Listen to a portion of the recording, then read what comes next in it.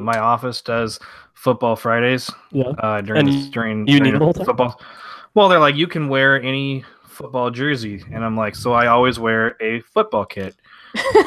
And they give me a lot of crap because it's like, well, that's the wrong sport. And I'm like, no, it's not. Mm-hmm. Yeah. And then this year they tried to put it just American football, and I'm like, no, still doing it. They like tried to force you out of the. That's good. That's really good.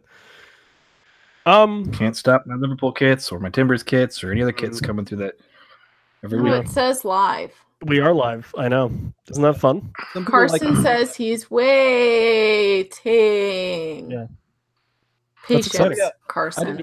We just like keep him waiting and just kind of prolong everything, or we Carson can wait. He's good like that. He was mean to me earlier in the Slack chat. He was so mean. That was inappropriate. Out of pocket, as the kids would say. Anyway, hey everybody, welcome to the USL show, episode 30, technically, if you're not counting any of the special episodes we did, so like any of the You Play We Don'ts or any of the Just Interview episodes or any of our power rankings or anything like that. This is episode 30. So this is exciting. Welcome. I'm your host, as always, Evan Villala, and I'd like to remind you, of course, that this show is brought to you by our good friends at Roughneck Scarves, which is your home for MLS, USL, national team scarves, as well as personal scarves for your podcast, fundraiser, whatever you'd like it to be. Check out those guys, roughneckscarves.com. We are also sponsored and brought to you by the Beautiful Game Network of Podcasts, which is a wonderful podcast network. Shout out to this week, we'll do Raising Bulls because Joe doesn't get enough credit for what he does. And I'm going to shout out Hugh Roberts and Backyard Footy because he just put out an episode with like 4 of my favorite people. And even though I'm biased, it's really good. It's 4 guys in Marcus Epps, Chris Nanko, Santi Moore, and James Chambers, and Hugh himself, who all have, 4 or 5 differing ways of getting to where they are right now in soccer in America, and they're all terribly interesting. So give that a listen. Some really good stuff in there. Joining me tonight, it is the waviest man in the St. Louis metropolitan area. It is the cream in your Irish coffee. My dear friend Phil Grims. Phil, how are you? Doing good. Good. I'm close to the playoffs. I'm excited. It's a tight race, and it's that time of year. It's perhaps the most wonderful time of the year, the end of the season. Pretty good. For some teams it's great. Other teams not so much. Speaking of some teams, it's our version of Chuck Palahniuk and Elliott Smith. He is the biggest man in the Beautiful Game Network of podcasts. He's also one of the hosts to Play the Kids. It's Kevin McCamish. Hi, Kev. What's up, man? I'm living life. How are you? Good. Good. As you can see, I'm representing my Timbers Army over yonder, which is great. Yep, got your Play the Kids shirt. I do. I was really going hard for you tonight for whatever reason. I have no idea why.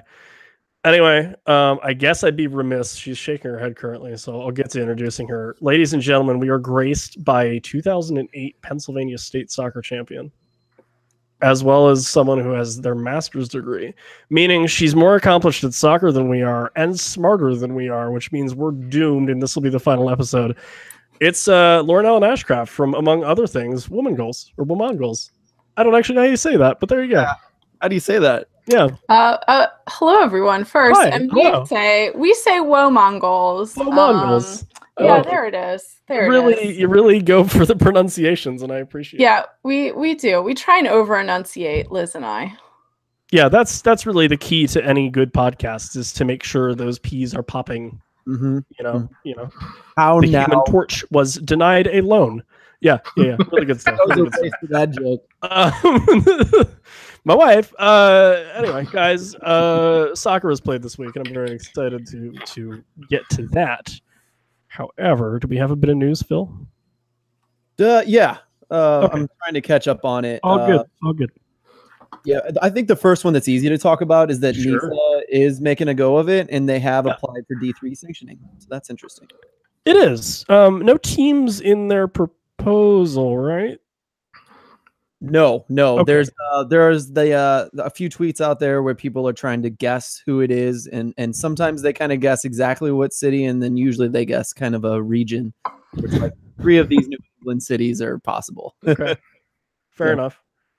Yeah, I mean, they don't need to have teams, today, and I think because USL D3 is working on some more teams, NISA, obviously working on teams, but at the same time, the more now, the better your bid looks and the stronger your league is perceived to be, which is always a leg up over everybody else that you're trying to, I don't know, quote unquote, compete with. But at the same time, I'm just very happy that there's two leagues that are at least, trying to make a go of things for sure, because there's been a bit of a gap recently, and hopefully those will fill up, and hopefully they can both stay,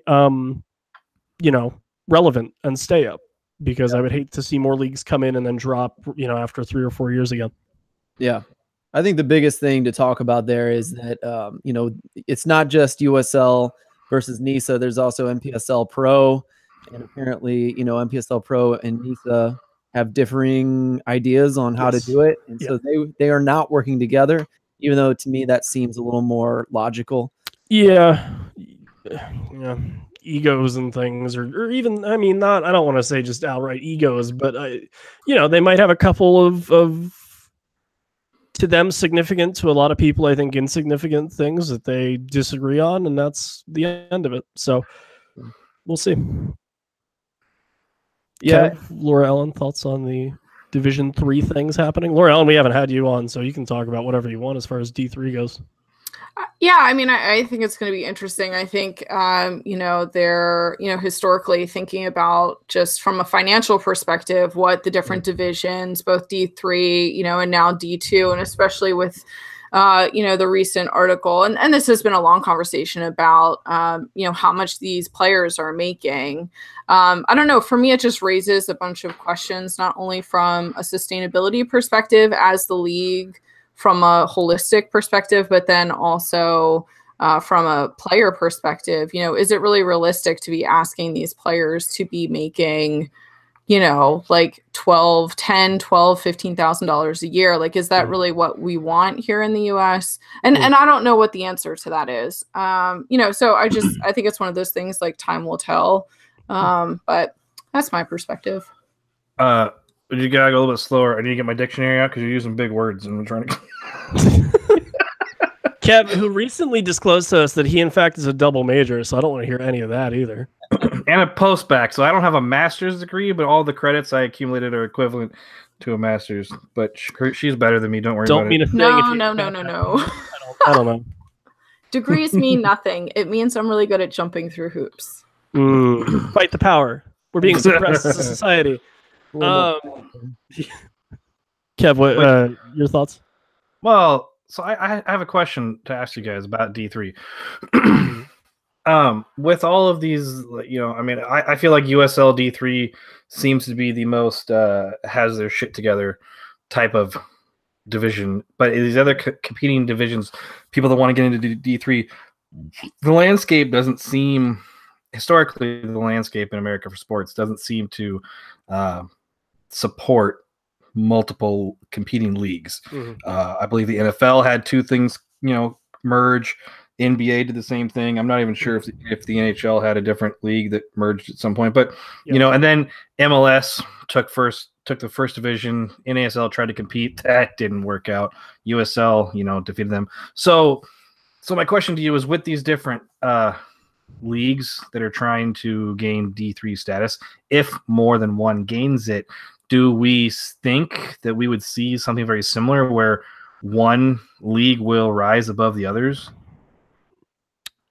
Can I do like a my head says and my heart says answer? Like, can I give you a two? Of course. Okay, so my head, in that what I logically think will happen is, yes, someone will win out, which sucks. My heart says no. I want all three of those, or I want NPSL Pro and NISA to put their differences aside and become a stronger D3 than what they're going to be separate, I think. So do I want there to be, 3 Division 3 leagues? And do I think if we're looking at a map and we're seeing where USL D3 seems to be setting up shop, so to speak, Do I think there's room for NPSL Pro and NISA to kind of coexist with that and make it like a weird territorial thing? Yeah. But I don't think that's necessarily going to happen. And I have a lot more faith in NPSL Pro and USL D3 being able to coexist than I do 3 leagues. See, you make a very good point there as far as coexistence. Regionalizing a lower tier league would, in fact, I think, help the leagues, not necessarily, again, like they would be able to coexist, but what you're doing is you're removing the competition aspect of it. Like that's the only reason NPSL right now is successful, is because they're very region based. Exactly. Not the only reason, but I mean it certainly helps them more than it doesn't, right?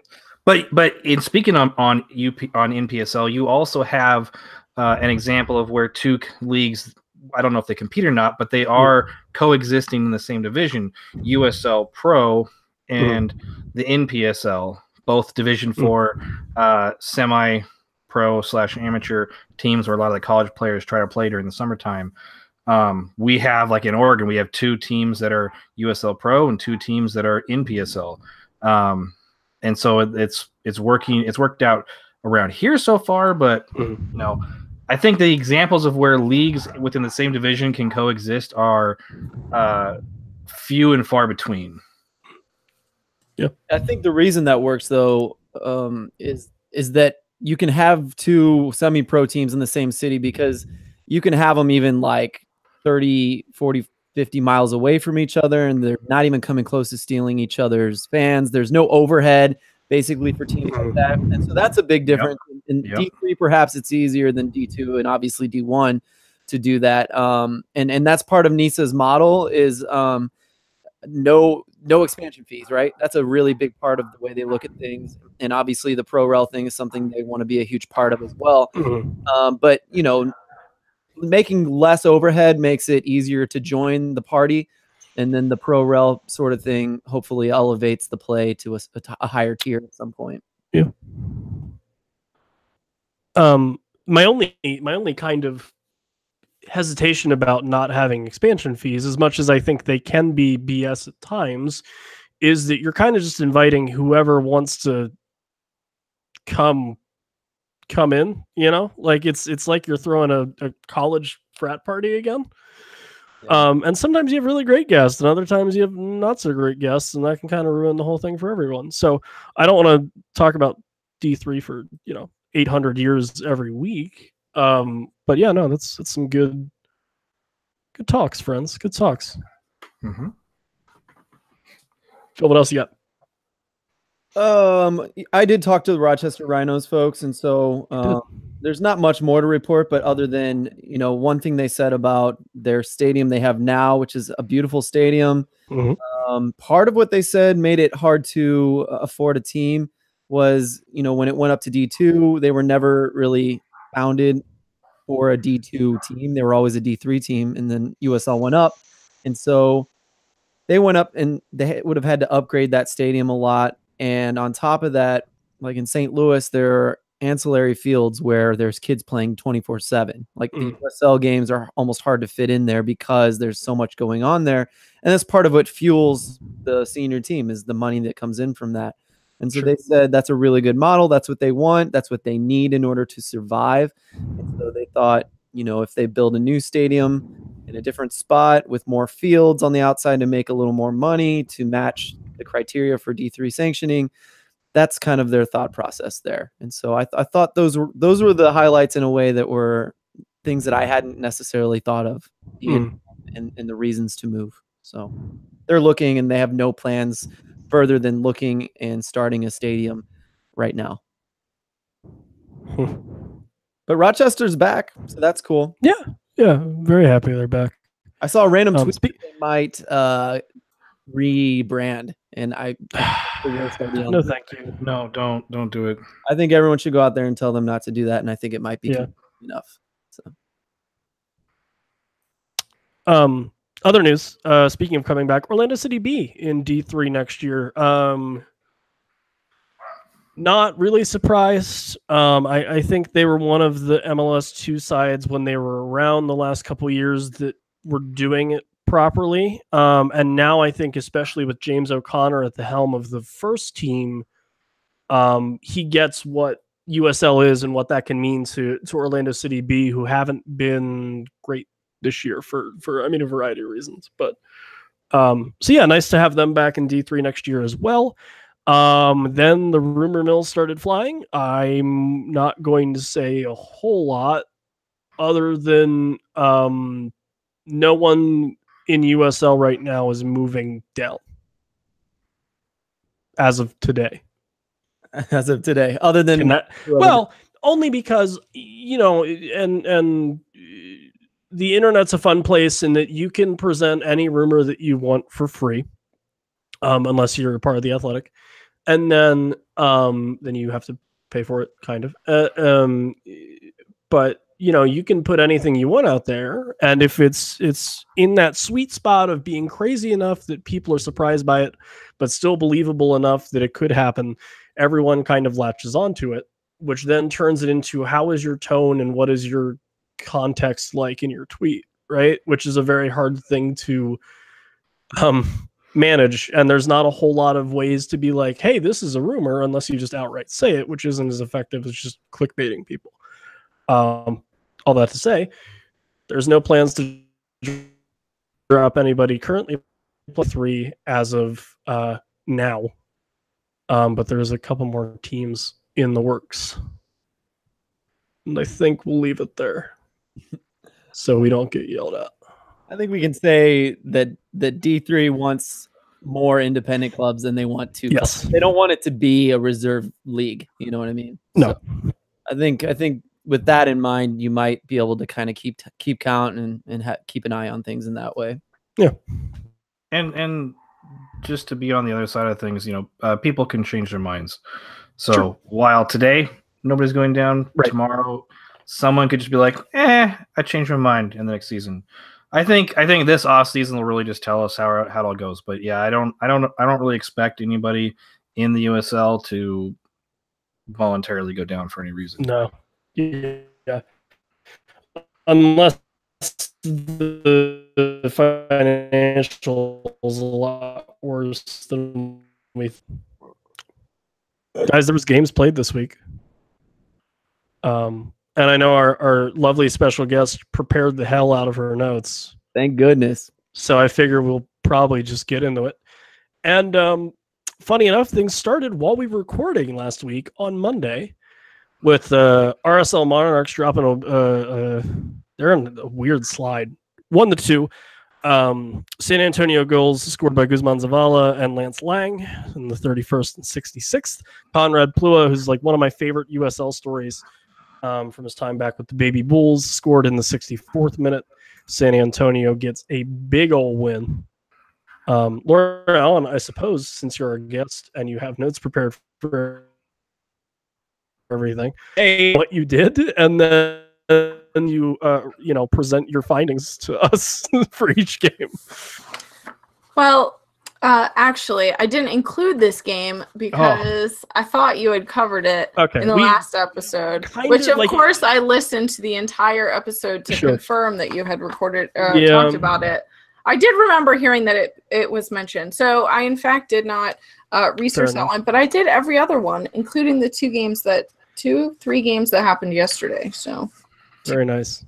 It was mentioned, and I wrongfully thought the game was over at 1-0, which it didn't change a lot. So prophetic, maybe, but incorrect in the end. Clairvoyant Pilgrims is that? Yeah, guys, RSL not doing great last 3 games. Weeks. 3 games. Yep. Which, they're not in trouble, right? But like. No. Well, here's the thing. Let me get into this. So there's 2 sides to this match. One, not only do we need to look at San Antonio beating Salt Lake City, but also the very next match where they beat Phoenix. Yes. So San Antonio came out and knocked off 6 points on the 2 best teams in the West. Yep. Arguably the 2 best teams in the West. Then you have Salt Lake City, the other half of that, where they're in a 3-game skid. And I don't really know where that came from. They went almost all season undefeated, and they decided to just, we're done, forget it. But they are winless in third, and I think just recently, this week is the first time they fell out of first place because they're in second, and Orange County pipped them for first with 1 point over them on 54 points. Yeah, it's a big deal. So, it is. And I don't know. I guess we need to. This is where we need the stat boys, because then you start looking at who's playing who in the first and second week, and so would Real Monarchs and all that fun stuff would be interesting to know, I suppose. But who would you rather play, Portland Timbers 2 or Swope Park Rangers right now? Or Reno is losing a lot. San Antonio's on a hot streak, so it'd be better for Orange County to play Reno than for Real. I would. The team in the West that you don't want to play right now is going to be Swope Park. They've got the best form in 5. With 4 straight wins, and their 5th game ago was a draw. So they're turning around, climbing up. They're keeping pace with T2. T2's up to 5th. They've won 4 out of their last 5 out of their last 6, but they had that loss 3 weeks ago against Orange County. So, but speaking of hot teams, I didn't realize how good this next team, the Indy 11 game, was insane, right? Yeah, it was. Starikov twice scores in the second minute, and the second minute and the 21st minute, and then Feria gets one in the 43rd. Red Bull 2 not held scoreless a lot this season, but Indy will be very happy to get a win. And +3 in that goal differential, even though wins is the first tiebreaker. But finally, it looks like someone decided, hey, we'd like to take 5th place from Bethlehem, and Indy wanted to do it. So no one else. They're on an 8-game unbeaten streak, though. Sorry, they are. There, Evan. But yeah, I read that this week. 8-game unbeaten streak for Indy 11. And Laura Ellen, I think you have notes for this game, so I'd love to hear what you have to say. Well, I mean, maybe they're on an 8-game unbeaten streak because of that field that they play on that is so difficult to look at. Delightful. So, yes, delight is not the word that comes to mind when I watch games. But so just a bit of my strategy for going through. Well, I won't say this. I'll save it to the end. Hold you in suspense to keep you listening. But one of the things, as I was watching this game, one of the things that I found interesting, I think it was like the 57th minute or around there, Indy 11 had this long crossfield forward pass that then resulted in, and then there were a couple passes, but then it resulted in this easy defensive clear because they were just passing too many lateral, there were too many lateral passes. And so, I think that's something that moving forward, sure, they're taking, they took the number 5 seat from Bethlehem. Well, Bethlehem wasn't doing anything to help themselves in that regard either, but we'll get to that later. But all those lateral passes, you have to be doing more than just, passing in the middle of the field. So that's what I have to say about this game. Fair enough. Fair critique of, I think, a lot of teams that have been streaky this year is that, maybe they look for that extra pass when they shouldn't necessarily. Who knows? Neither team in our next match had any trouble finding the goal. Seattle Sounders 2-4, meaning what's smaller than a sound? I don't know. Smaller than not like a sound wave, like the sound, like the body of what? Anyway, the creaks. I don't know. The team that plays in USL in Seattle scored 4 goals. They actually play in Tacoma. Okay, there you go. So, thank you, unbiased Portland Timbers fan Kevin McCamish. The team that plays in Tacoma in USL scored 4 goals, and Tulsa also scored 4 goals. Speaking of Soundwave, I don't know if you've ever seen or been to a Seattle home game, but Soundwave is the name of their little band that they have on the stands or something. They have tubas and stuff. That's neat. Indy 11 has a band as well. It's cute. Neat's not the word, or cute is not the word I would use, but hey, I'm a biased Portland Timbers fan, right? Yeah, I was going to say, stop talking. 17-year-old Feria for Tulsa gets a hat trick, which I think he's the first 17-year-old to get one. unless Efrain Alvarez has scored a hat trick. Okay, all right. Well, he was 15. Oh God, that's right. Well, maybe he's 16 now for sure. He's too good. Anyway, yeah, a really back and forth match.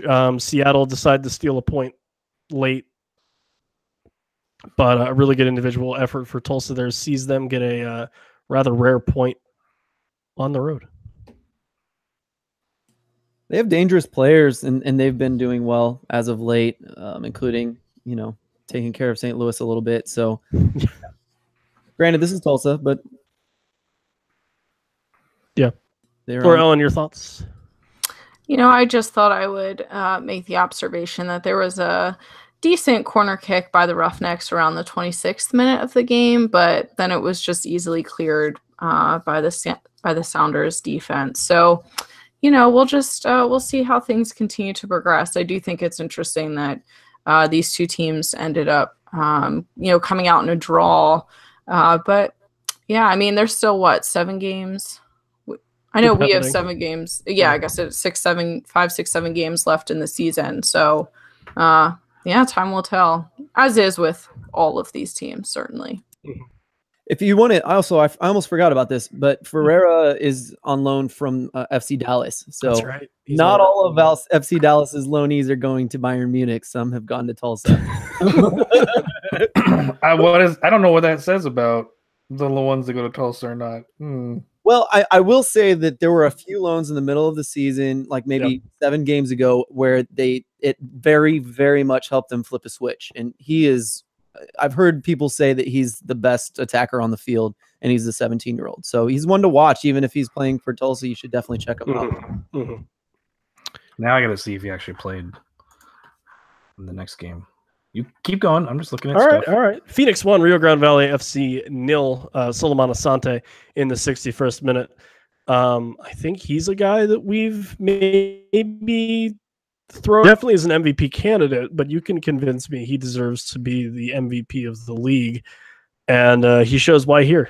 Nothing more important than getting your team 3 points week in, week out. So there you go. Yep. He's been incredibly good. And BGN Written just had an article about this team and all the loan guys that they've gotten as of late. I'm going to get them all. I'm not going to remember their names, but one is the NYC FC left back. They got a center back named Blackman. Brewster came over from RB Leipzig and joined their team after he's on loan from LAFC. But yeah. And then there's someone else I'm forgetting right now, but 4 really solid players, with a lot of quality and some of them have really good potential. Mm-hmm. They've signed some really interesting players. And of course, my joke was that's how you build a mid-season boost in the USL without MLS TAM GAM. But that's just my joke because I support FCC in that. I don't know what you're referencing. It's like Valley. So I do think, before we move on from this game, as I was watching it in the late in the game, so like the 86th, 87th minute, there was this incredible over the back flick to continue down, offensively from the Phoenix left winger. I couldn't pick out who it was. But unfortunately, it was shut down. But oh my gosh, what an amazing lead up to a second goal. I think that would have been. But it was just one of those things when you see it, you're like, wait, what league am I watching? What am I watching? Right? There's just these moments of brilliance that some of these players have. So I thought that was pretty great. Yeah, Phoenix leads the league in those crazy kind of moves, right? Like that scissor kick goal and. Yeah. Had a few this year that have been insane. Very good side. Fun. A lot of individual talent, which is speaking of fun soccer, the Battle of Canada as it relates to USL at least. Ottawa, just kidding. Ottawa 4, Toronto FC 2-3, meaning the Junior Reds scored 3 goals. Taylor Portilla Melieu Giguère, which is like my favorite name, and they only call him Giguère a bunch, and it makes me sad. And then Adinaja Reed with the 4th for Ottawa. Toronto FC scored twice in a minute. John Baccaro, Tsubasa Endo both scored in the 47th, and then Jordan Hamilton gets the, at least for the time being, game-tying penalty in the 74th. I think we talked about this last week or the week before, but Ottawa is a team that you don't want to play right now because A, they might actually get into the playoffs here, and B, there's running through people, which is crazy in this week or so.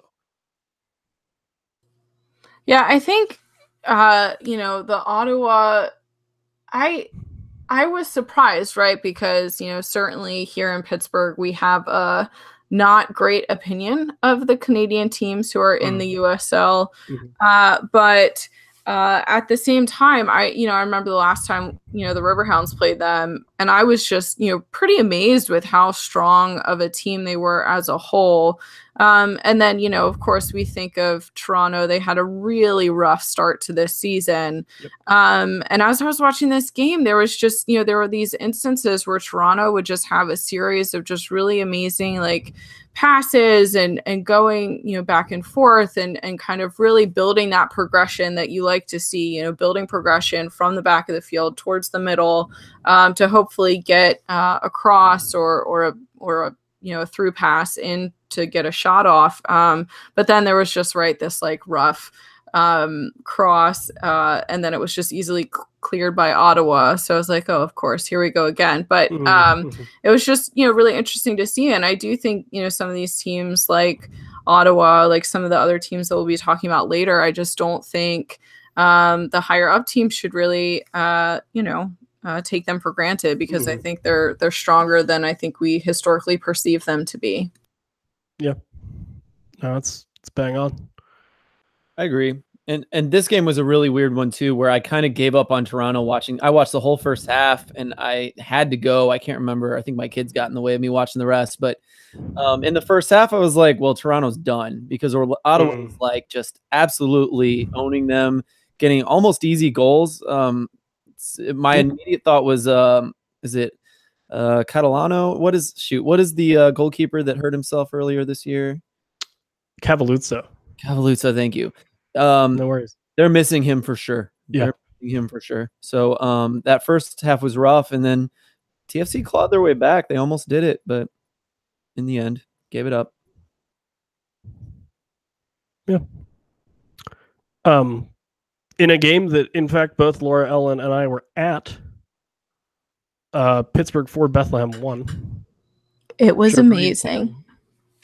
Joe Greenspan finally does that thing that everyone that knows who and what and how tall he is want him to do, and gets up for a header and nods one in to make it 1-0. James Chambers wins a penalty ? In the 35th. No.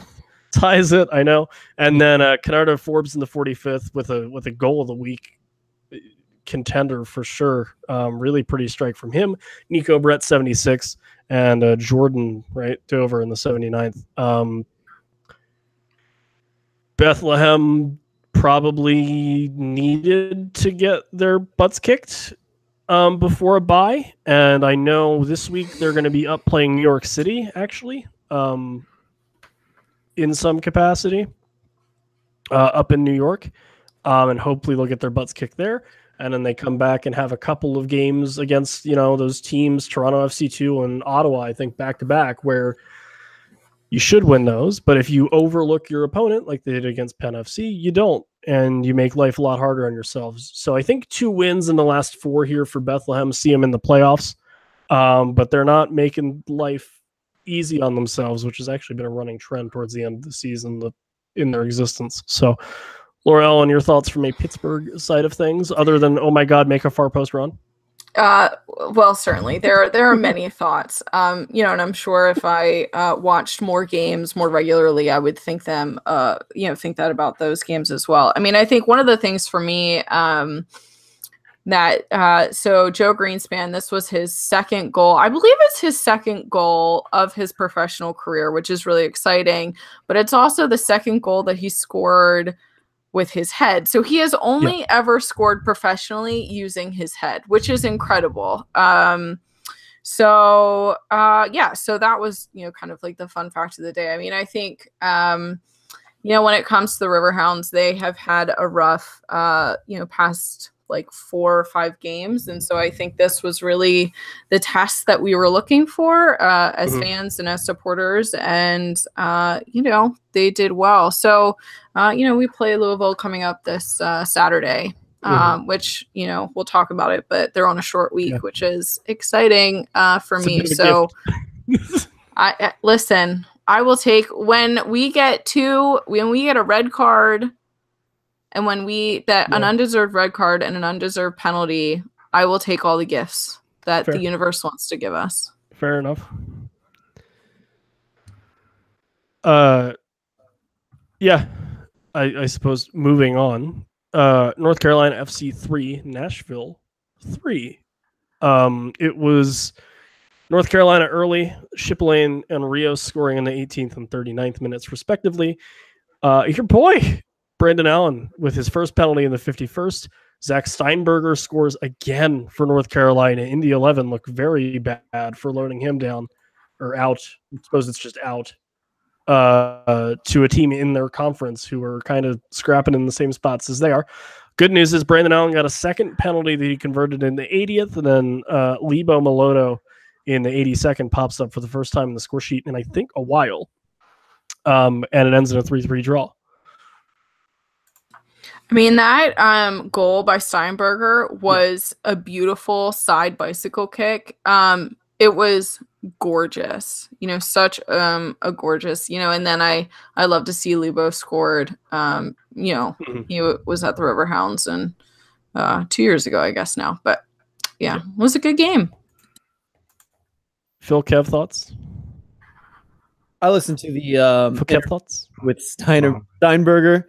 Was on the inverted triangle, and so his story is really interesting. I guess when he found out he was getting loaned, he was like, I think he trained, and they were like, "We're thinking about loaning you or something." I'm gonna get this wrong, but I think he was told maybe this is gonna happen. Would you be okay with it? He said yes. Went to training, finished training, and they said, "Pack your bags. You got to go now." And he threw a bunch of stuff in a bag and went straight to the airport. And he said he wanted to make sure he remembered his cleats, and he was there and he played the next game after he trained for a day or two or something. So really crazy story. And he doesn't feel like he was living up to what he thinks he can be, and he's not doing well enough for them to keep him where he was before either. So I guess this was a good move for him, because it looks like perhaps he's thriving and living up to the quality he thinks he can present to a team.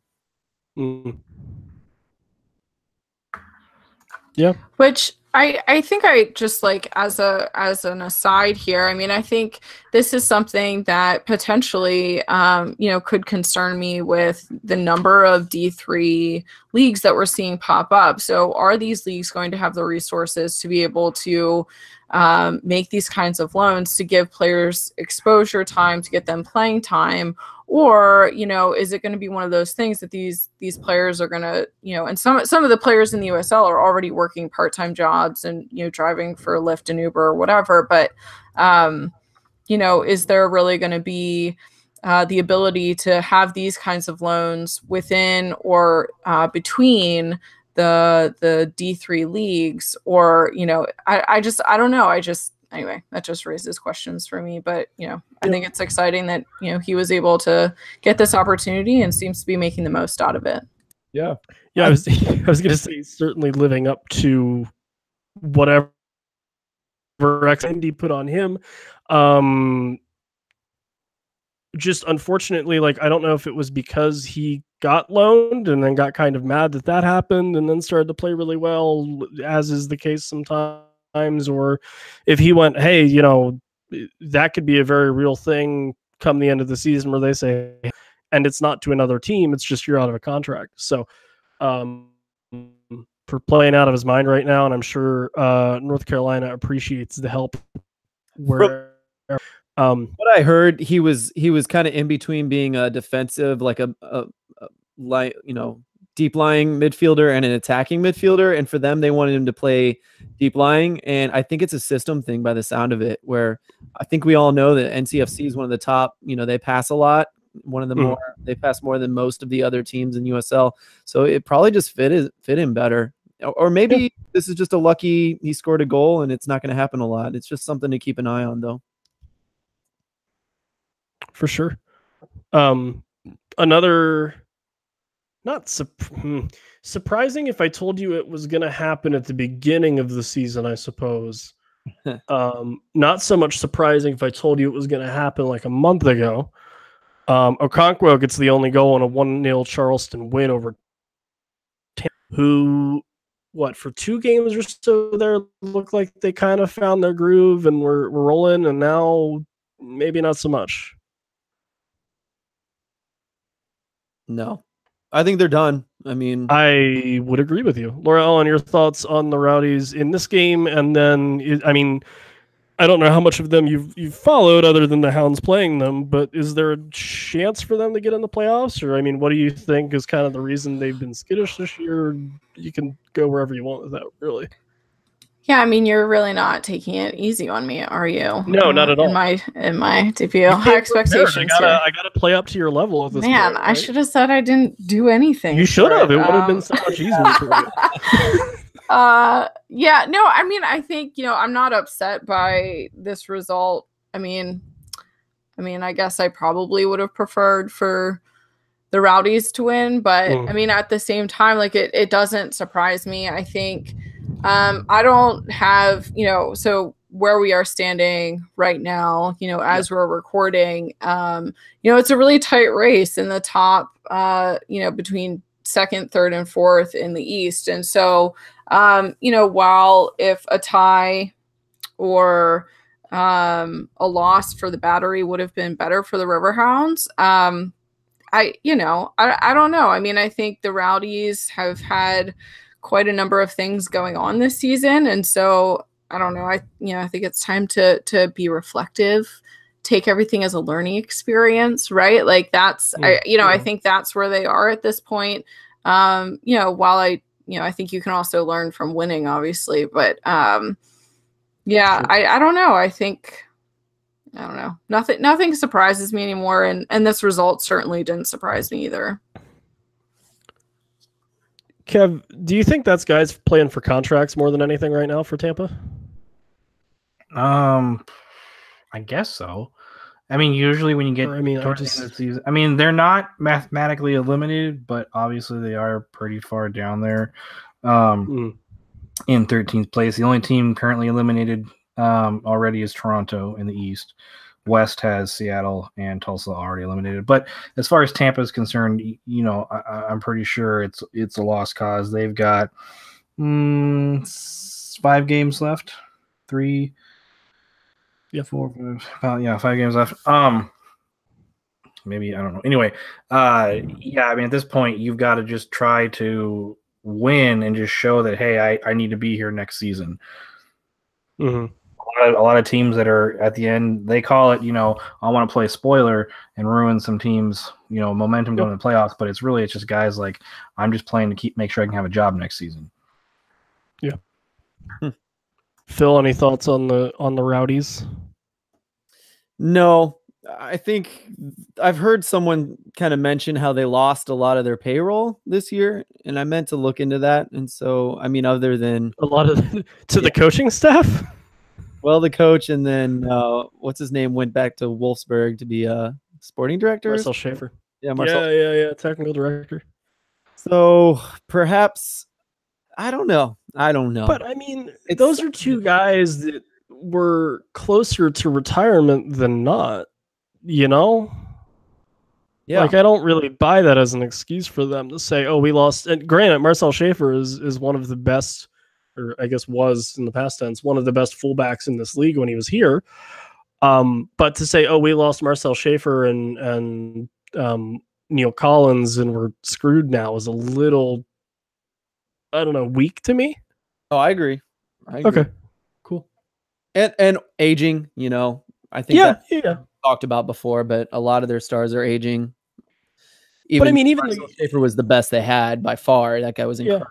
But even the guys they brought in, like Quadro Poku's there now, and that was the guy where he came in, and I was very interested to see what he could do back in the States, and he's been quiet. Well, usually when something happens, he's a part of it, I've found. Yeah. But I mean, I guess then the team in general has just been a little lacking for goals, which, it's probably a confidence thing at that point, right? Feels like it, yeah. Yeah. You want to say they're going to rebuild, but we also said that about Charleston this year, so maybe they'll just bounce back. What if we say Tampa Bay is going to rebuild, then they'll be really good again. So maybe at the beginning, top of next year, we'll just say it's a rebuild year for Tampa. We'll take care of you guys. Don't worry. We got you. Don't worry. Matt, Dan, it's all right. It's all right. Phil, keeping with you, you guys got a 1-0 win over Reno, which included a red card for the 1894s, which is my favorite UK pop band.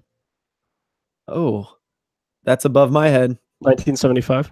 Well done. Thank you. I'm going to bring in a pony stat because he's not here, but he is here. We miss him. He's here in our hearts, everybody. Exactly. Yeah.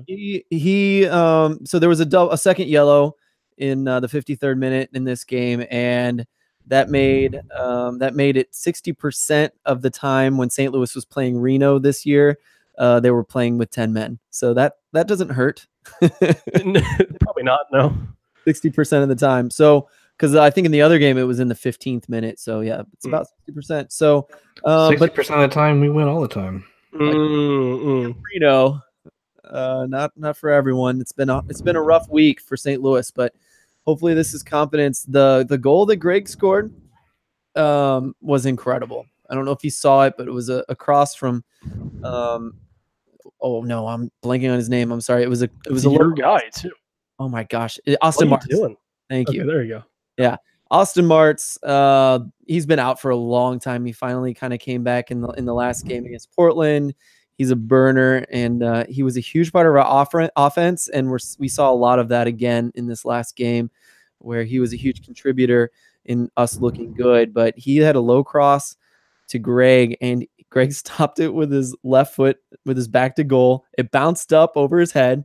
He spun around and kicked it in midair, and it went just right in. It was gorgeous. So he's been kind of benched a little bit here and there for resting purposes, and I agree with the Luligans who said it this week that you got to start riding guys for the rest of the year who are your best players, and Greg is that guy. Same for a couple other guys in different spots, but the main story here is ride Greg, and even if he gets hurt, just keep going with him. He's so good. I don't want to go that far, but yeah, let's hope it doesn't get to that. The reason I say that is there's no more 2 game weeks, so just keep. Oh, fair enough. Yeah, sub him out if you want, but you got to ride him. One thing I will say about this game, I tried to go back and watch it, and the first half was not available on ESPN Plus. Don't worry. I called ESPN Plus. I was so upset. I was like, I can't even watch the game. Just the first half? Just could you watch the second half? Yes. Yeah. It was so bizarre. It's really weird. So I called them, and they said someone's going to check it out. And so this evening when I tried to go back and watch the first half, it was just gone. So either they're fixing it and putting it back up. They're probably fixing it for re-upload. Phil Grooms, your man for ESPN Plus IT inquiries and tickets. Mm-hmm. I'll do help on that front. Don't go to ESPN Plus. That would be too streamlined. I'll be that middle. And he'll get it off for you there, and he'll let you know about it when it gets back up online. It'll be great. Yeah, for sure. I take the stuff from the customers and give it to the engineers. Yeah. What would you say it is to do here? Perfect. San Antonio 3, Phoenix 2. Talked about this a little bit at the top of the show. We were talking about San Antonio's first win of the week, but friend of the show, Sam Doors, the first, probably the second one this season of the Door Derby. Yeah. So another good win for San Antonio. Phoenix not playing great against the big clubs, which they're going to want to change that. Yes, they are. Well, as far as San Antonio goes, I think their fans are really happy because, the past 3 games, they've gotten 3 wins, so 9 points. It's brought them into the playoff picture where they weren't before, and I think it snapped their I don't know how many game losing streak up to there. Now Phoenix was the thing with Phoenix that we need to kind of be paying attention is this going to be just a blip, a single loss in a string of wins, or are they going to kind of falter as the season closes, like the Monarchs seem to be doing? So I think if this is just a blip, Phoenix is probably going to be fighting Orange County for top of the West. But if they slide a little bit like Real SLC, then it's anyone's game. It's very, very close in the West. Yeah, it got a lot tighter this week too. Yeah, it did. Yeah, the back 4 in the West, 5 through 8, I think they're within like a couple points of each other. I have it right in front of me. 1 second here. 5 through 8 is 6 points. Spread out. Yeah, spread out by 6. First to 9th is a 12-point spread. And right now, to secure a playoff position in the West, you'll need to score 58 points. 58 points. Orange County is 4 off from that right now. Jeez. So what I was thinking was like 6 through 9 is 4-point spread. So, and that's like, those are like the spots that are close. If Pony was here, he'd say, the top 10 might have a chance, is what he's been saying. I bet we're down in the top 9 have a chance for the playoffs. And I easily agree with you on that. It's top 9 for sure. Because between your team, St. Louis, in 9th place with 42 points, tied with Reno, but behind on probably goal difference. OKC Energy's in 10th. They are 7 points behind you with an extra game played. So from there down, it really, I think, kind of drops off. At this point with the West, we've seemed to, towards the end of the season, have a split between the top 9 and the bottom 7. Yeah, and St. Louis plays into San Antonio and Spark Rangers in the next 4 weeks. So, it's anyone's to win at this point. Yep. I'm gonna butcher his name. Oh, I'm so upset because he's an Irishman. Charlotte 2, Richmond 1. I believe it's Amon Zayat, I think, scored in the 5th minute for Charlotte. And then Ehrman gets the 58th minute goal, with Gonzalez getting one for Richmond. I don't want to call this like an irrelevant win for Charlotte. No, I wouldn't say that. But it doesn't mean a ton. I don't know. I mean, 3 points is 3 points. Yeah, but let's go with this. It's Charlotte. They beat Richmond. It happened. They'll be happy about it. I don't know. They're talking about it. I mean, I'd be upset if you lose against a bottom team. Strangely, that Charlotte is tied with North Carolina. I would never have guessed that. They both have 35 points. 8th place Nashville has 39. It's not inconceivable. It could happen. That's fair. It may not be likely, but it could happen. And I have there's a chance. I have another complaint about ESPN Plus. It was experienced technical difficulties for the first portion of the match, which I'm not happy about because I couldn't watch the whole game. So, but yeah, I mean, I don't know, like ESPN Plus or just Phil. I don't know. I mean, if Phil wants to do it, he can do it. I think we've set up Phil as the point man for all of us collectively at both the USL show and just USL fans at large. So I think that works well. Next week when Phil debuts his jump to conclusions game. Although, wait, is that whenever there's like a technical difficulty, Phil just makes up what happened? Can that be what that means? That would be fantastic. That'd be great. As long as I don't need a full body cast in a wheelchair to do that. I'm with you, Kev. I need the reference. Just bringing it full circle from the first joke I made. Yeah.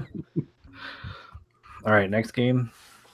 Laurel, did you have did you have a comment on that? All I want to say is you got to beat the teams you should beat, right? And that's the problem that, at least the Riverhounds have had. And so, you can't, like, Charlotte should have beat the Kickers, period. And they did. So good on them, I guess.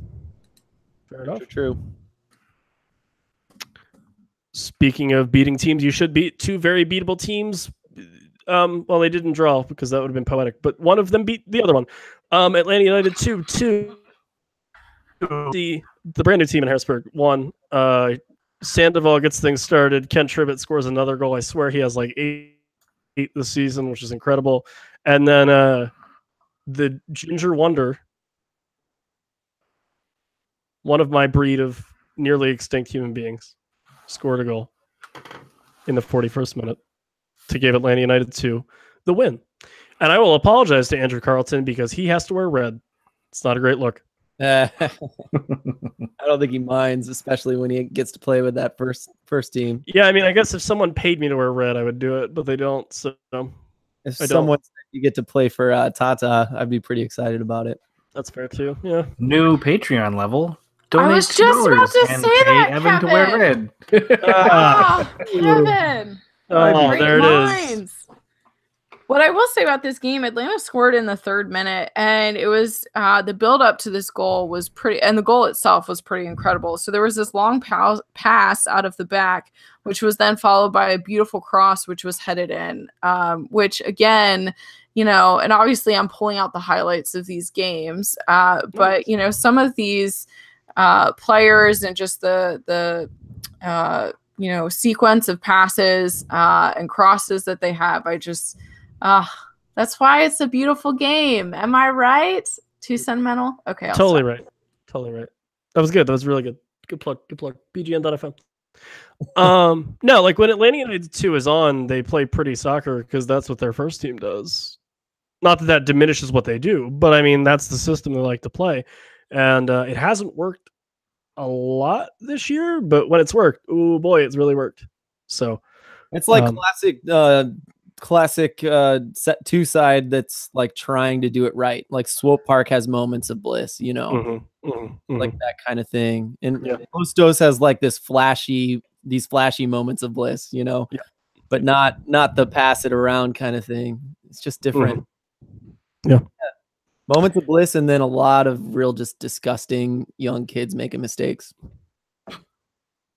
But I mean, that's part of why they're there. Yeah. To get that professional experience, to make those mistakes, and then either go off to college or, sign deals. So I didn't mean for that to come off as like I look down on. That's all right. Just, just in case. Yeah. Hey, Evan. Yeah, what's up, quick? Kev? Yeah. Real quick. You know what I did last week? I went to the USLshow.com. Yeah, man. And I clicked on this banner. Yeah. Soccer logo, and I bought stuff. Wow, how about that stuff? Yeah. Yeah.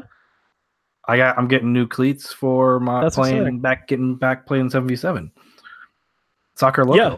Get ready for a special. Please don't get ready for a special. Get ready for a special You Play We Don't with Kevin McCamish, where I talk about how it feels to be vaguely out of shape playing 7-a-side every week. Oh my god. Oh my god. Do people want to? I guess we'll have to. Patreon subscribers only. Yeah, I was gonna say. Well, I guess we'll throw that in with our special September Patreon episode that's coming out when we find a date to sit down and record that. Anyway, it's like that owner that was like, how do you become a millionaire? You start as a billionaire and then you buy a soccer club. That's really good. That's like, if you want to learn about soccer and you listen to a podcast to become dumber, like that's the one. You listen to a podcast and then you start playing 7-a-side. Right. And you hope that like one of the players of the local club like randomly joins after practice and he stunts on you guys or whatever. I mean, that's how I won my state championship. So it all starts with the professional podcast. soccer player got on the field and played a podcast. Okay. I was like, well, that seems like it's rigged, but go for it. I mean, to be fair, Keegan Rosenberry. I was going to say, did you put on like a wig and play for you guys? Shocker, I'm older than Keegan. So. All right. Well, actually, yeah, never mind. We'll keep going. RGVFC 2, SLC 1, another loss for Real Monarchs, another Conrad Plua goal. Coincidence? Probably. Quintanilla and Wharton score twice in the second half in 6 minutes, negating Conrad's second goal of the week. Oh boy, not a good result again for Monarchs, losing to a team that, hey, look at that. It's almost like it's a theme they should have beat in RGVFC. I will say there was an injury in the 65th minute, and I don't know. I couldn't really tell if it was an actual injury or a male ego injury. And anyway, but tensions got really high between the two teams after that. And there was a nice set piece. I mean, and it was deflected for a corner. Nothing really happened. But I don't know. I do just think it's interesting, right, with these real and or fake injuries. And then just how players get like all up in each other's business because they seemingly have no self-control. But that's an editorial from my perspective. Fair enough. I'm gonna just start running down these because Kev wants to go eat food, so we can do that. Orange County said, "Hey, wouldn't it be cool if we did this?" And then they did it. OKC lose 3-2 in the worst possible way. Rasmussen gets a penalty kick in the 20th minute. Dixon scores in the 64th. Michael Seaton opened things up for Orange County in the 24th. And then is that former New York Red Bull Noah Powder? Do we know? Doesn't really matter. Yeah. Scoring in the 90 plus 4th minute. And then Quinn gets the third and game winner 90 plus 5. 2 goals in the final. Give Orange County 3 points, and more than that, the number 1 spot in the West, at least for now. It's weird seeing a team not from Salt Lake City up in the first place spot in the West. It's kind of refreshing. A little bit. It is a little bit. I'm pretty sure that SLC has been in first almost like every game week until now. Yeah. But to confirm, it was Noah Powder. Hey, look at that. And Aiden Quinn. 2 guys that I quite like, and I'm very glad to see them not in the Eastern Conference. Moving on. Speaking of not seeing them in the Eastern Conference, Sacramento 3, Seattle Sounders 2-0. Kamawasa and Asel. 2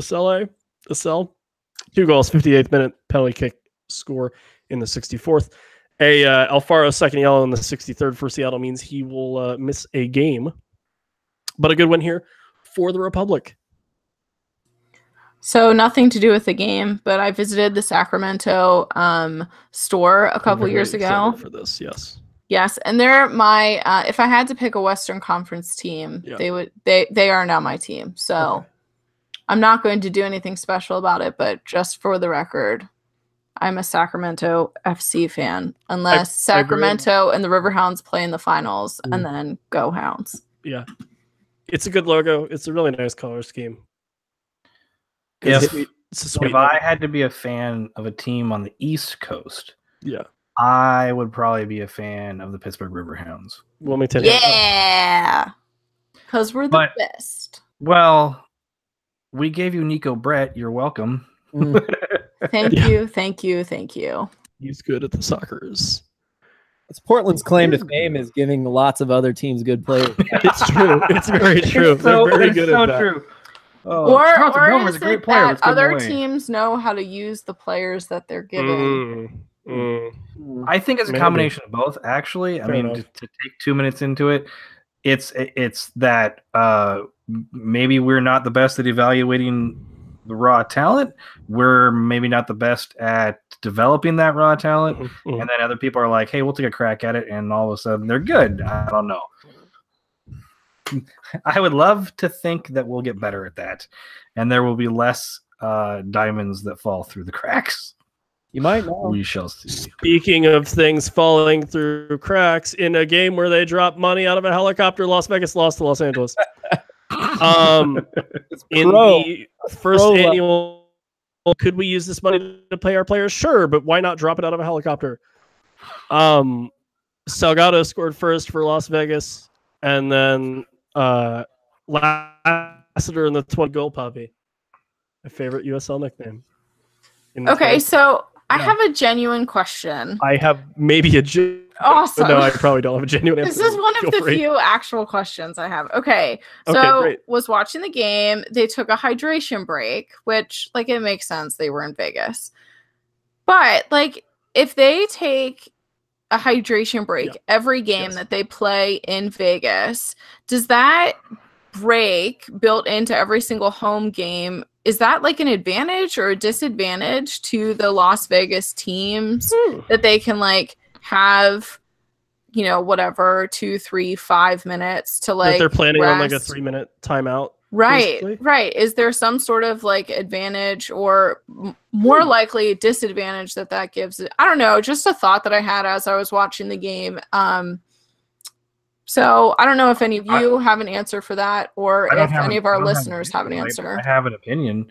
So I think hydration break. Go opinion. Go for opinion. I think that hydration breaks tend to break up play and momentum, and they're not necessarily advantageous. However, if you are playing in Vegas, where personally I would probably need a hydration break just to go out and get my mail, it would be potentially go out the front door. Oh, I gotta stop. Yeah. Hydrate. Get the mail. Stop. Hydrate. Get back inside. Yeah. AC's running. Anyway.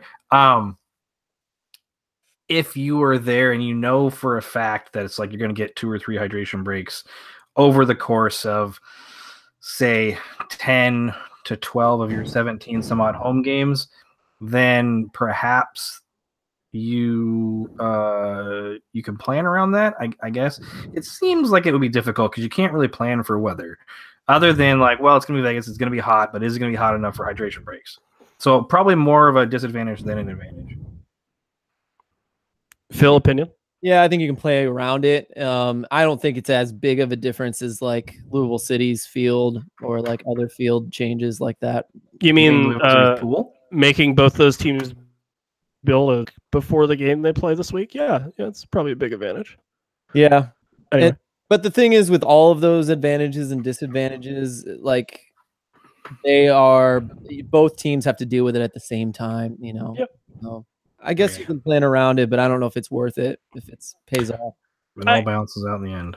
I think the second half hydration break would be the one where you could make the argument that there's a distinct advantage for Vegas playing in Vegas.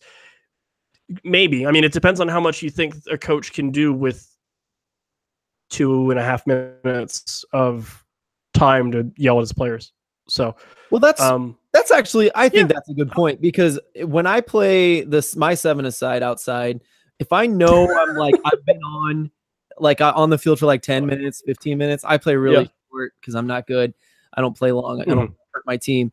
But if I know I'm like about to come off pretty soon, I will make one of those terrible runs, like really long runs, or I'll like run a guy down because I know I'm coming out. So I bet a lot of guys are like, well, there's a hydration break coming. I'm going to run real hard on this one. And I guarantee you guys have thought that on the field. Yeah. Kev, you know what I'm going to say, but I'm going to say it anyway. Portland Timbers 4, Tulsa 0. Timbers 2, goal scored by Premier League winning midfielder Jack Barmby. No, I'll never agree with that. Yeah, he did it. So he's a Premier League winning midfielder, but USL is easily his ceiling. I mean, is that we're gonna go with? Because it's his ceiling. I'm telling you right now, like he's not. I have not seen anything from him that you can find me bad players in every sport that have won that sport's respective title. So that's fair. Anywho, yes, Portland did beat Tulsa 4-0. Seattle put 4 goals past Tulsa. So did we, but we got all 3 points. Ha ha. Salty much? Yeah, I don't understand what that was. Was it that Tulsa was so bad that you felt like you needed to get one over on Seattle, but you didn't because you scored the same amount of goals? No, I'm just being facetious. All right. It was a very good. It was a very good, very dominating game from Portland. Foster missed another penalty kick. Foster the penalty. I actually missed the second half of this game. So I saw 3 of the goals, but I didn't see Arbaleda's goal and I didn't see Langsdorff miss his penalty. Which kind of sucks because Langsdorff, I think, has missed now 3, including that one. Do you just feel those now? Like you don't even have to watch the game. It's just you get a twinge in your body and you're like, oh, Foster. Oh, he missed another one. No, I don't know. But it's one of those things where it's like, well, we still beat him 4-0, so what does it really matter? other than he should probably practice his penalty kicks if he's going to be the one stepping up and doing that. I think the big one about this is Arboleda is back. He came back and got the game winner in the previous match. I think it was against St. Louis. And then in this one comes on in the 65th minute, scores again in the 84th. It's been a good to have him back in with the team. He changes the game. He did against us, at least. He was ridiculous. Yeah, and again, I'm pretty sure he did the same thing in the second half. Unfortunately, I didn't watch it because I had to go to my own soccer match. Is he a USL guy, or does he get time at MLS too? He's actually signed to a first team contract. He was with T2, then he was signed with the first team, but loaned down, and then he's gotten I know he's gotten some bench appearances. Whether he's gotten MLS minutes or not, I can't remember. But he was then sent out on loan to Colombia this season, and he's returned, and then quote unquote officially loaned down to T2. I don't really know why they decided to make a press release on that one as opposed to literally any of the other loans that they make constantly. But he's loaned down to T2 for the rest of the season, so he'll be there. Loaner vibe to him when he came on. That's all I was. Fun fact: if he is the season-long loan for the Portland Timbers, they are obligated to. I don't want to say legally because that implies that it's like a law from the state, but by the law of USL and MLS, they actually have to release a press release because it denotes that he is their one season-long loan or something. Which is funny if he's the season-long loan at the end of the season. Yeah, well, I didn't know Jake McBriar was Bethlehem's season-long loan until the beginning of this year from last year. So, life happens. It does, certainly. You had mentioned in the previous game where Tulsa and Seattle drew 4-4. Jesus Ferreira got his hat trick. I checked. He played and started and played all 90 minutes in this game and didn't get any goals. So just trying to get one up on the Sounders again, there, friend. 17. I don't know. Hey, your penultimate game of the week, Evan. That doesn't make any sense. Wait for it. Swope Park 1. Haji beats that's a bad reference. Haji Berry with a goal in the 14th, and Fresno with 5 yellows. They saw literally none of the ball. If you told Park, I would have about that much possession. Laura Ellen, your thoughts? So wow, they didn't have the ball at all. Not exactly. My biggest takeaway from this game, and probably not the biggest takeaway, but in the 35th minute of the game, the Fresno goalkeeper came out, and he was way out of the box. The ball was coming, and took out a player. Oh, he didn't even take out the player. The player didn't even fall over, but he got a yellow card. And it's one of these interesting things. I was a goalkeeper through all of middle and high school. Didn't play in college, because academics. But and I was not a good goalkeeper. But anyway, no, you went on a title. Let me focus on being a really awesome person and getting a doctorate and things. Well, certainly. Okay. But, I do think in this case, and I watched it 2 or 3 times, I do think the Fresno goalkeeper did deserve a yellow card in that instance. But I do think it's one of these things that's interesting of this balance of making sure that goalkeepers stay safe, certainly because they're oftentimes putting their heads in situations where they can easily get kicked or stomped on or something, but then also keeping other players safe from goalkeepers, right? And I think this is my biggest issue with many of the yellow and red cards and the inconsistency that we've seen throughout the season across the board from the officiating. But how can the officials keep players safe? And so I think in this instance, while the offensive player didn't fall over or anything, I do think it was a good yellow card. So I wanted to mention that just because I know there's been several instances, even with the Riverhounds, with some of our young keepers where they've come out to make these field plays and it gets a little bit tricky sometimes. Yep. Trying to articulate why we think things in the league are bad, and Laura Allen just did it 10 seconds. So We just want refs to be consistent so that people can stay healthy. Yeah. I mean, it's about these players that are barely getting paid anything, most of them, right? Yep. And I don't think that they should be punished over the course of their life for a decision to, try and make it in the pros. So, but that's my personal opinion. Your last game of the week, by the way, Cincinnati currently in the 39th minute. They will be playing those in paddle boards. Go a lot of water. Field was an absolute disaster, and I would be ashamed, I guess, is worse than embarrassed if I was Louisville City's grounds crew and or anyone that had anything to do with that park getting absolutely, obliterated by rain. What I appreciated most about this game was that when they stopped playing because of the condition of the field and the rain, they phrased it as the game has been abandoned in the 38th minute. I was like, oh, it's been abandoned. What does that mean? And then I was just imagining to myself all of the FC Cincinnati fans who were outraged that Mother Nature was also against them, just like everyone else in the USL. I wasn't going to say anything, but that's where I was like, the refs are out to get us. The fans are out to get us. The league's out to get us. Mother Nature's out to get us. Man, when you global warming is out to prevent us from winning the USL Cup, damn it, and we can't have that. It's come on. How inconsiderate of the earth for getting hotter. Girl, you crazy. Just a really quick side note. So go for it.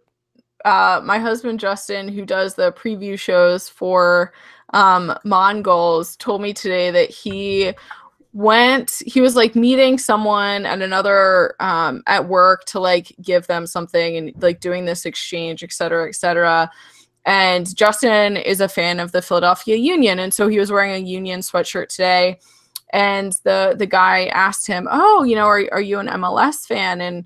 And Justin said, yeah, like I support the Riverhounds in the USL, but, I'm a Union fan. And the guy was like, yeah, I just don't know how my FC Cincinnati is going to do next year. And Justin was like, I'm sorry, what? And I was like, no. And this is in Pittsburgh. FC Cincinnati, keep your fans in Cincinnati. We don't want them here in Pittsburgh. Thank you. Ask politely, even. It's better than a lot of us do here. Hey, Laura Ellen, while you're at it, plugs. The floor is yours. Yes, thank you, Evan. So I did something a couple months ago. I think it was in the spring. So there's this program called Tableau, and it allows you to create interactive data visualization. And so I had taken a bunch of information from the USL as a whole, looking at the size of stadiums, the number of seats, and then season ticket prices. And so with the help of a lot of other wonderful folks from the Beautiful Game Network, I have updated the USL Tableau. And so it's now separated out into two different kind of pages. One is a map, the other one is a table. So we'll be sure to disseminate the link to that and make sure the link gets updated on the USL show website also, maybe, please. And yeah, I think it's just a fun thing. If you see any mistakes or think that there's anything that should be there that's not, please let me know. This is certainly a work in progress. Yeah, so I think it's really exciting. I love it. I think it's fun to kind of play around with it. So that's my thing. And Evan, if I may have just a few more seconds, I just want to say the most happiest of birthdays on Friday, September 14th, to our very own Kevin McCamish. And I would like to sing him a quick rendition of Happy Birthday. Happy birthday to you. Yeah. Happy birthday to you. Good. Happy birthday, dear Kevin. Yeah. Happy birthday to you. There you go, Kevin. Happy birthday. You're a little sassy. There you go. Thank you buddy. very much. Thank you very much. That was it started very, this is awful. This started very Marilyn Monroe to John F. Kennedy. Oh. And then it got a little more the happy birthday you know and love. So that was good. The one first, it should be. Yeah. Yeah. Listen, Evan, stop making this weird. Yeah. I'm sorry. I'm sorry. One girl My other joke was that I only You didn't kneel hear him for in the happy background birthday. going, yeah. That was. Kev, I'm just very excited it's your birthday on Friday. Happy 80th birthday. I was going to say 21st. I'm not that old. Happy 18th birthday, Kev. The age that I am, if you take those two digits and add them together, I would be a number 9 striker. There you go. See? How about that? I can't even come up with something witty in the amount of time it takes me to do math. You found my weakness, it's math. Kev, where can people find you on the internet and things? I wish you a happy birthday on Friday. Well, preferably Friday, but I suppose any day before then. Or even a day after if Liverpool get 5 wins in a row on Saturday. If you want to. But anyway, I am at KMcCamish PDX and I am at PTK Podcast. Hit me up if you need anything. I have both of your stickers and your shirt now, so that's exciting. Yes, we have merchandise. Two types of stickers, although I'm currently out of t-shirts. But fair enough. Yo, Wavy, where can people find you on the internets? Phil Grooms on Twitter, 2 L's, 2 O's, STL Soccer Report on Twitter. You know, in my head, whenever I go and at Phil Grooms with 2 L's and 2 O's, a part of me is like, time to talk to the Wave Factory or the Wave Pool. Maybe the Wave. Man, anyway, the Wave Pool that's like nostalgia and coolness all wrapped. Yeah, you know, that's what you are, man. You're nostalgia and coolness. You're in a '90s cover. Anyway. You just know how to put a smile on my face, Evan. I try, man. I try anytime. If you want to follow me and maybe get some random compliments or things, or I don't know, I just want to say hi at Speak Evan Speak. It's a really good Twitter handle. Also, if you want to get in touch with the show, it's at the USL Show. Also, friendly reminders, if you go to the USLshow.com, not only can you find all of our episodes, including the ones with Kyle and Josh and Chad and Pony and Brendan, which, you know, good listens if you want to learn about 2017 USL. You can find all of our episodes from now, and you can also find a link to our Patreon, patreon.com/the USL Show. A friendly reminder, if you want to interact with us live and get 2 or 3 minutes of pre-roll stuff, which is always entertaining because people don't know that I'm recording for 2 minutes until they go, oh, that says live. Check us out, youtube.com/the USL Show. Or if you search on YouTube, the USL Show, you will find all of our shows. So check it out. I think we're like 1 subscriber away from 15, which is really cool. Also, we're like 15 away from 1,400 on Twitter, which would be really cool. Twitter.com/the USL Show. So hit us up. Let us know if you become a Patreon. Thank you incredibly so much. And hey, Lauren Ellen, it was really cool having you on. Thanks for coming. Yeah, and if you want to know where you can find me on Twitter, thanks for asking, Evan. Yeah, and I'm sorry about that. It's Laura Ellen no, it isn't. Doesn't have my last name. Laura Ellen MSW for Master of Social Work. I'm a social worker. Or please check us out on Womongals. That's WOMONGOALS. And we're doing a really concerted effort to put out fun facts and information about the USL, soccer more broadly, and the Riverhounds every single day. So please go and check us out. We're really excited about that. Cool. Yeah. Thanks, everybody. Friendly reminder, the one rule of the USL Show that you should take with you in life. Just don't be a dick. We'll talk to everybody next week. Take care.